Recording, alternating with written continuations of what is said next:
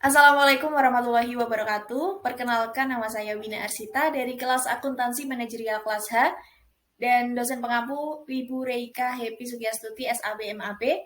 Jadi di sini saya akan menjelaskan mengenai analisis studi kasus keputusan investasi modal pada PT Asuransi Jiwasraya. Nah, untuk latar belakang kasusnya itu sendiri, berdasarkan laporan hasil audit Badan Pemeriksa Keuangan atau BPK, perusahaan ini diketahui banyak melakukan investasi pada aset beresiko untuk mengejar imbal hasil tinggi, sehingga mengabaikan prinsip kehati-hatian. Pada tahun 2018, sebesar 22,4% atau 5,7 triliun dari total aset finansial perusahaan ditempatkan pada saham, tetapi hanya 5% yang ditempatkan pada saham LQ45. BPK sebagai auditor sebenarnya sudah melakukan general audit dan memberikan opini disclaimer. Bahkan pada tahun 2017, BPK menerbitkan opini tidak wajar atau adverse terhadap BUMN ini. Akar kebijakan yang tidak relevan adalah pada penempatan nilai signifikan reksadana dan ketika terjadi bisnis proses dengan mitra manajer investasi. Seharusnya risk management sudah harus menjadi pre-control. Akan tetapi, akarnya kebijakan diambil karena adanya motif pihak yang berkepentingan. Hal ini menjadi pertanyaan kita ke depan dalam pembuktian peradilan. Dan saya mencoba menganalisis kasus pada Jiwasraya adalah kasus gagal bayar. Badan Pemeriksa Keuangan atau BPK lalu melakukan audit kepada Jiwasraya untuk laporan keuangan pada tahun 2006 sampai 2007 dengan pendapat yang disclaimer itu tadi. Hal ini karena akuntansi Jiwasraya tidak dapat diandalkan untuk mendukung kewajiban manfaat polis atau cadangan. Artinya, penyajian informasi cadangan tidak dapat diyakini kebenarannya. Selain itu, terungkap juga 12 persoalan utama yang memicu perusahaan mengambil kesulitan keuangan dan gagal bayar polis yang jatuh tempo. Dan permasalahan itu yakni produk-produk yang merugi atau negatif spread, underpricing, dan harga yang kemurahan, kinerja pengelolaan aset yang rendah, kualitas aset investasi dan non-investasi yang kurang liquid, sistem pengendalian perusahaan yang masih lemah, tata kelola perusahaan yang kurang baik, sistem informasi yang tidak adil, kantor cabang yang tidak produktif, biaya operasional yang tidak efisien, akses permodalan yang terbatas, kurangnya inovasi di bidang produk dan layanan, kualitas SDM asuransi yang terbatas dan budaya kerja, serta sarana dan prasarana kerja yang belum modern. Oke, dan saya mencoba mengaitkan materi dengan kasus yang saya ambil. Jadi keputusan investasi modal atau capital investment decision berkaitan dengan proses perencanaan, penetapan tujuan dan prioritas, pengaturan pendanaan, serta penggunaan kriteria tertentu untuk memilih aktiva jangka panjang. Perusahaan menggandakan kapasitas produksi tahunannya menjadi 2 kali lipat merupakan investasi modal. Perusahaan menginvestasikan lebih dari 10 miliar dalam pabrik untuk membuat produk juga merupakan investasi modal dan lain sebagainya. Semua contoh di atas menurut Miss Munger et al. Disebutkan sebagai investasi jangka panjang atau investasi modal. Jadi investasi modal atau investasi jangka panjang adalah investasi yang dimaksudkan untuk dimiliki lebih dari 12 bulan. Contohnya adalah seperti membeli saham, membeli obligasi, dan lain sebagainya. Nah, pada kasus Jiwasraya bermula dari kesalahan investasi PT Asuransi Jiwasraya Persero. Kini dihadapkan pada kewajiban pengembalian dana nasabah mencapai 12,4 triliun. Dana itu merupakan akumulasi kewajiban pencairan klaim polis yang gagal dibayar perusahaan sampai periode Oktober hingga Desember 2019. Perjalanan gagal bayar polis nasabah Jiwasraya mulanya hanya sebesar 802 miliar pada Oktober 2018.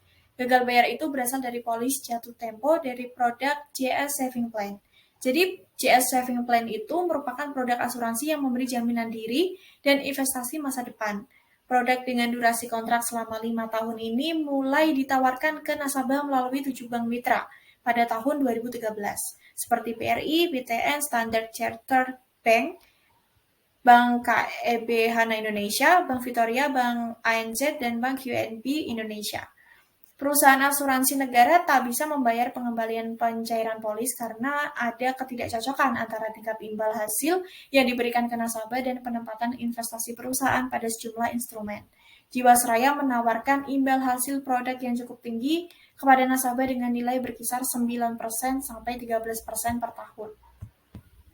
Sementara, hasil penempatan investasi perusahaan justru terus menyusut. Investasi di reksadana yang semula mencapai 19,17 triliun pada tahun 2017 turun menjadi 6,64 triliun pada tahun 2019. Begitu pula dengan investasi saham dari 6,63 triliun pada tahun 2017 menjadi 2,48 triliun pada tahun 2019 dan deposito dari 4,33 triliun dari tahun 2017 menjadi 800 miliar pada 2019. Lalu ada ungkapan dari staf khusus Menteri BUMN Arya Sinulinga beberapa tahun yang lalu, kesalahan investasi ini membuat Jiwasraya menjadi kolaps seperti sekarang. Kalau kita lihat saham-saham yang diinvestasikan Jiwasraya, memang saham gorengan atau saham yang tidak baik.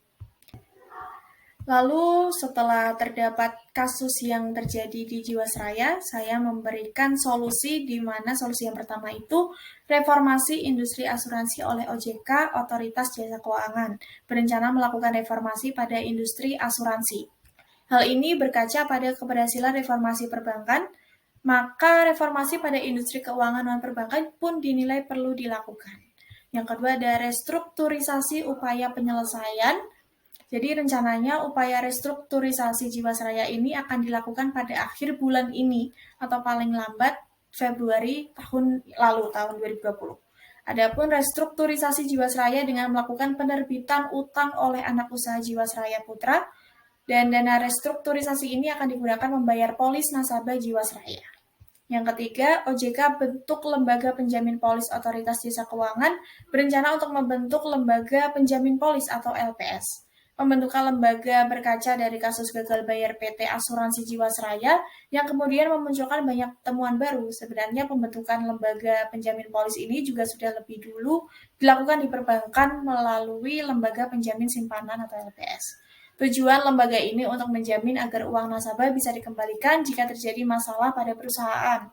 Meskipun begitu, pembentukan lembaga penjamin polis ini memerlukan koordinasi dengan semua pihak, terutama dengan Dewan Perwakilan Rakyat atau DPR, di mana pada Undang-Undang Asuransi diperbolehkan membentuk lembaga penjaminan polis dengan adanya persetujuan DPR.